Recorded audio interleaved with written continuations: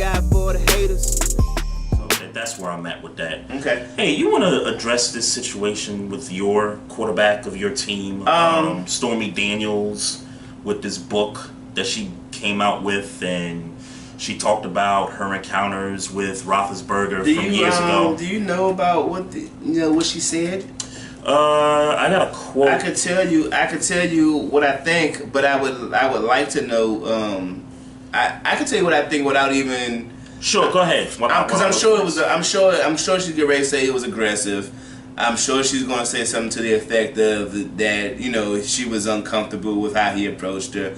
Hey, I don't know if you got the memo, but Ben Roethlisberger's had a history of this. Certainly. Yeah. So I mean, certainly. I mean, if you're just writing to tell your story, more power to you. Mm-hmm. I don't think this is a non-story from the sense of we know how Ben Roethlisberger gave it up back in the day. Now he seems to have chilled since. Mm-hmm. All those allegations, but we know how he gave it up at least back then. So I'm not shocked at all about Stormy Daniels writing anything about Ben Roethlisberger being aggressive. If emphatically that's what she wrote. So this was an event with Donald Trump and Roethlisberger. They weren't the top two headline, but they were at an event. Mm-hmm. Apparently, Ben knows Donald Trump, sure. in whatever relationship Probably that is. Stormy Daniels was there as well, and everybody knows the Stormy-Trump relationship kind of thing. Mm-hmm. And apparently Trump was trying to put Ben onto her, and so this was like a quote from her. She says, "When I got there, he was already with him. He had Keith, his bodyguard, called me and asked me if I was coming." And then he says, and he was hanging out with Ben for a long time. And then something else here, he says, she said Trump excused himself from the table and made Roethlisberger, quote unquote, promise to take care of me.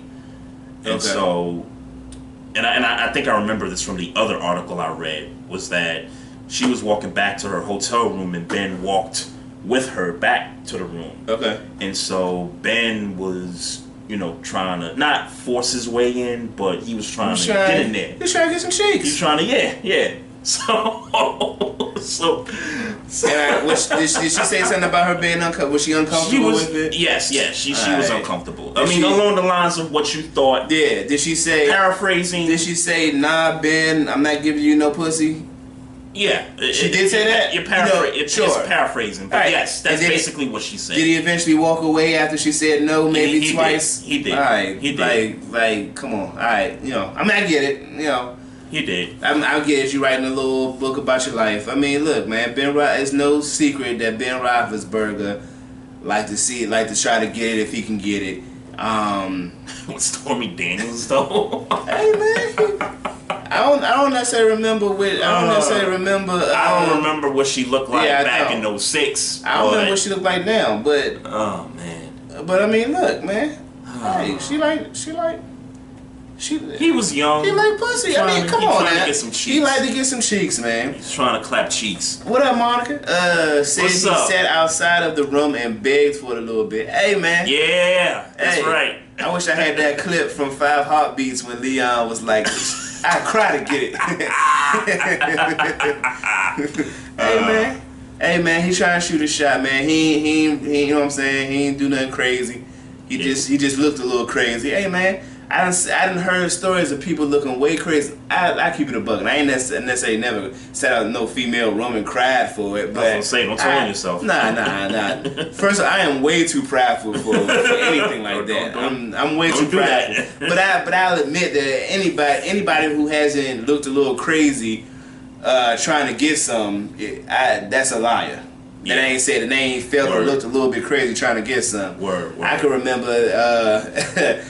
I remember. I hate that I gotta tell this story, Monica. Sorry, it's not a bad story. Monica looked like a G in the situation, but apparently, she had some nigga trying to call it. She said the nigga had to call her Big Ellie from the LL Cool J song. They call me Big Ellie. And apparently the nigga was calling her Big Ellie. And shout out to Timberland. And that nigga in my, and I don't even know who the nigga is, but in my mind he was a super clown. forever calling my sister Big Ellie. Big Ellie. Man, so why I get the feeling I've heard that story before? I mean, it was a long time ago. I'm sure. I'm sure I've told it. Mel can still remember it now. Thank God for the haters, though. I thank God for the haters. Thank God for the haters, though. I thank God for the haters.